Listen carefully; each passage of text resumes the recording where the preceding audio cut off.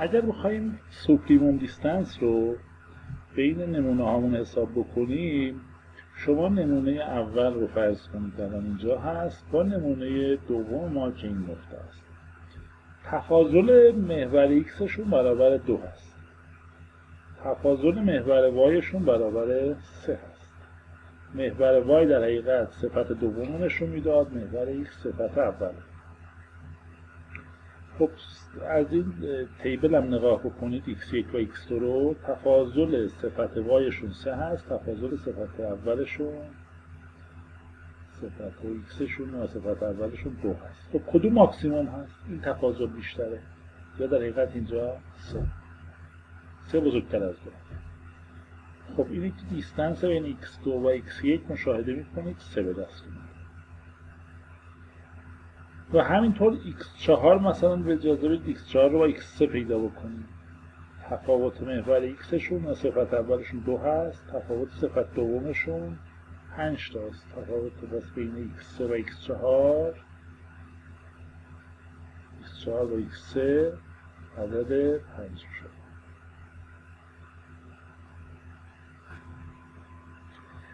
خب صفت‌های عددی هم گفتیم، صفت‌های اوردینال رو الان توضیح بدیم و بعد بریم حالت ترکیب همشون رو توضیح بدیم چی هست. صفت‌های اوردینال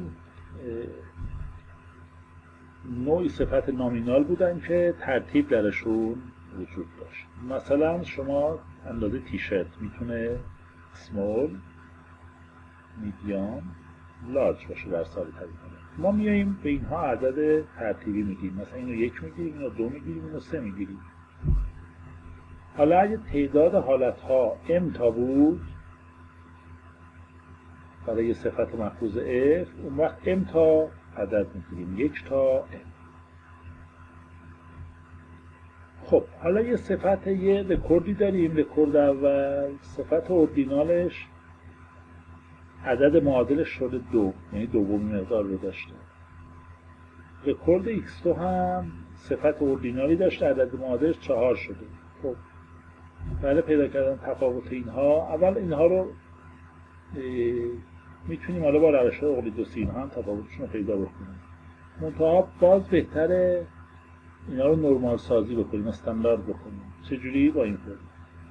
همون فرمولی هست که اونجا توضیح دادیم، شبیه اون فرمول زد اسکوئر هست. اول نرمال میکنیم، عدد این 2 منهای 1 میشه 1 تقسیم بر ماکسیموم تعداد حالت ها. فرض کن ماکسیموم مثلا 8 حالت بود، ام اف ما 8 بود، 8 منهای 1 میشه 1 هفته. اولی میشه 1 هفته، دومی رو هم 4 منهای 1 تقسیم بر 8 منهای 1 میشه 3 هفته.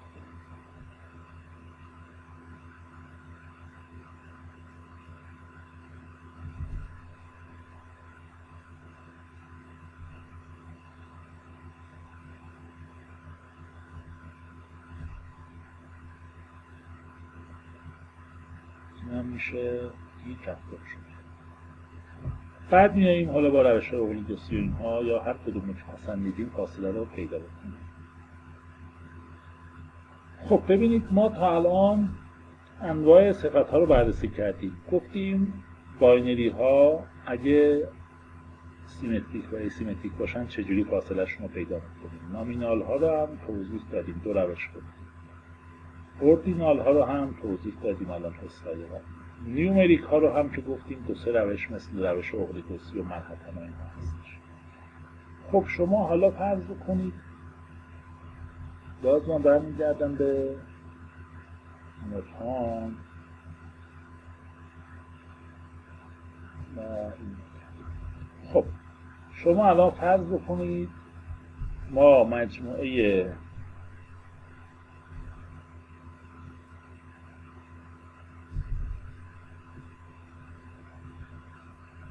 رکورد هامون، حالا صفت هامون، صفت اولمون تا صفت اینو پیومون برای رکورد ایکسی. بعضی هاشون باینری هم، بعضیاشون چند تاشون باینری هن، چند تاشون اوردینال هن. کنار هم میذاریم دیگه، باینری ها رو کنار هم، اوردینال ها رو کنار هم، نامینال ها رو کنار هم، نیومریک ها رو کنار هم و الی آخر. تازه باینری هم دو دسته، باینری های سیمتریک و ایسیمتریک. بعد میاییم تفاوت باینری ها رو میتونیم جدا حساب کنیم، اوردینال ها رو جدا، نامینال ها رو، نیومریک ها رو، و بعد بیاییم اینا رو با هم میانگین و اینا بگیم. یه حالت اینه که نه تک تک صفت ها رو بگیم. صفت اول رو نگاه کنیم، باینری هست، بگیم خیلی خوب دیستنس دو تا صفت اول رو پیدا کنیم،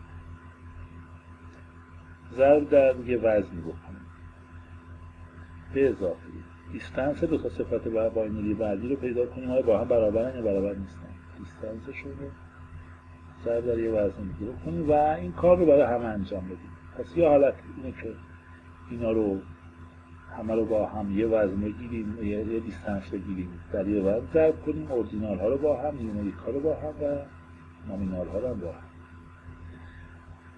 خب برمیگردیم باز دوباره به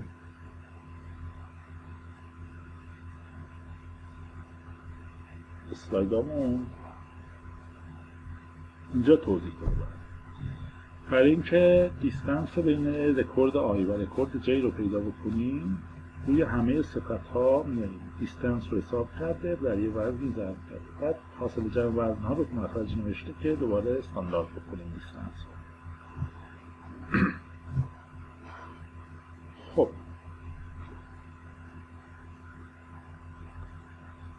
اینم از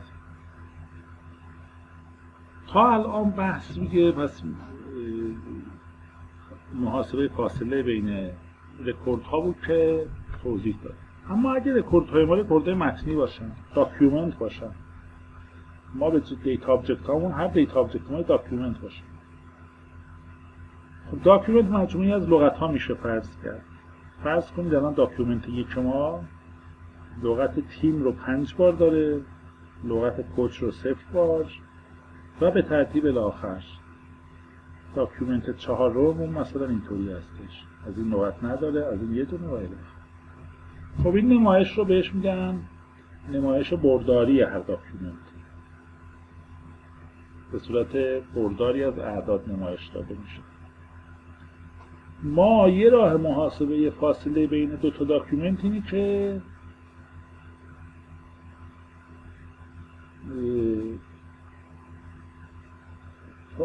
اینا رو به صورت بردار در فضای n بعدی در نظر بگیریم. الان دو بعدی اگه مثلا بود میتونستیم اینطوری نشون بدیم، فضای دو بعدی دو تا بردار مثلا. بعد بگیم آقا زاویه بین این دو تا بردار چقدره؟ این میشه دیستنسش. هر چه زاویه بیشتر یعنی دیستنسشون بیشتره، هر چه زاویه کمتر دیستنس کمتره.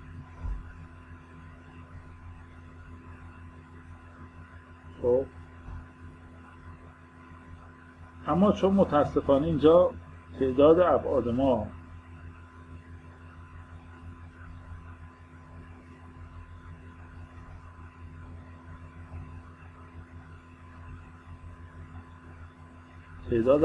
زیاد هست، یعنی تعداد لغت ها زیاد هست، من نمیتونم اینها رو در فضای دو بعدی نشون دهم. فضا به این مثال خاص مثلا ما الان 4 تا 8 10 تا لغت داریم، فضا 10 بعدی میخوام نشون بدم، قابل نمایش نیست.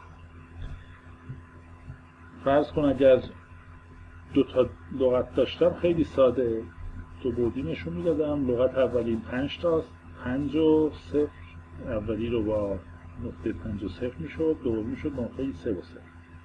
بردار اولی این میشد، بردار دومی هم این میشد. خب دوتا رو هم دیگه منطبق شد، دوتا بردار مشاهده میکنید. تو این حالت میگیم عین هم هستن، شبیه هم هستن. چون زاویه بینشون 0. کوسینوس زاویه هم شباهت رو نشون میده. کوسینوس این زاویه 0,1 هست، کوسینوس زاویه سیمیلاریتی رو نشون میده. خب کوسینوس از روی دو تا بردار عددی چجوری حساب میشه؟ خیلی ساده. دو تا بردار رو در هم ضرب داخلی میکنیم، تقسیم بر طول دو بردار میکنیم. کوسینوس این دو تا بردار از هم به دست میاد. در این مثال خاص 5 ضرب در 3 0 ضرب در 0 3 ضرب در 2 اینا در هم ضرب میشن، میشه صورت مسئله در حقیقت معادله. و بعد همین به توان 2 علاوه 0 به توان 2 علاوه 3 به توان 2 علاوه 0 تا آخری میشه طول بردار اول و رادیکالش البته. و بعد دومی هم به همین منوال رادیکالش به دست میاد، طول بردار دوم کوسینوس بین دو تا زاویه به دست میاد. این میشه کوسینوس به زاویه که شباهت دو تا بردار رو نشون میده. دو بردار رو هم بیفتن کوسینوس میشه 1 و یعنی مطلقاً به هم شبیه هستن. البته این ایده هستش، ایده است. شاید شما بگید آقا دو تا بردار طولشون با هم برابر نیست، میشه ایده های ترکیبی استفاده کرد، کوسینوس به اضافه یه چیز دیگر استفاده کرد. خب تو این مثال الان مشاهده میکنید دو تا بردار رو به صورت همون مثال قبلی است، D1 و D2 رو به صورت بردار نشون داده. حاصل ضرب داخلیشون 25 شده، طول بردار اول شده 6.48، طول بردار دوم 4.12. این 25 تقسیم بر حاصل ضرب این دوتا شده 94 سانتی. کوسینوس و زاویه دو تا بردار هست و میزان شباهتشون خیلی زیاد هست، عددی بین 0 و 1 میشه. خب بحث ما تو این قسمت هم تموم شد. ما تا الان خلاصه فصل 2 این بود که ما توضیح دادیم داده های انواع مختلف داده ها چه تیپی میتونن باشن، چه نوعی میتونن باشن، روش های مختلف پیدا کردن فاصله ها رو هم پروکسیمیتی یا بین آبجکت ها، شباهت یا عدم شباهت رو هم براتون توضیح دادیم.